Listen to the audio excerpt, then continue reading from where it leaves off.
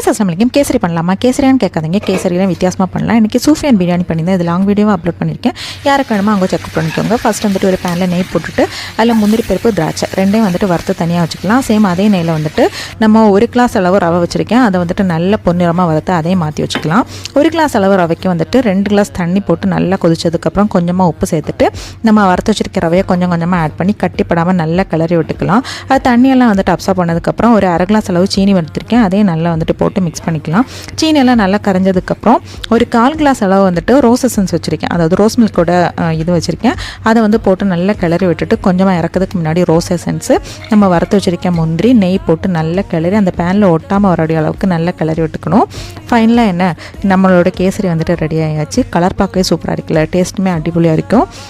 அதோட எசன்ஸ் மட்டும் கொஞ்சம் குறைச்சா கொஞ்சம் கூட நல்லா இருக்குன்னு தோணுச்சு. நான் கொஞ்சம் கூடுதலாக போட்டுட்டு நீங்கள் கொஞ்சம் குறைச்சி போட்டுக்கோங்க. பட் டேஸ்ட்டில் எந்த குறவும் இல்லை, சூப்பராகவே இருந்துச்சு.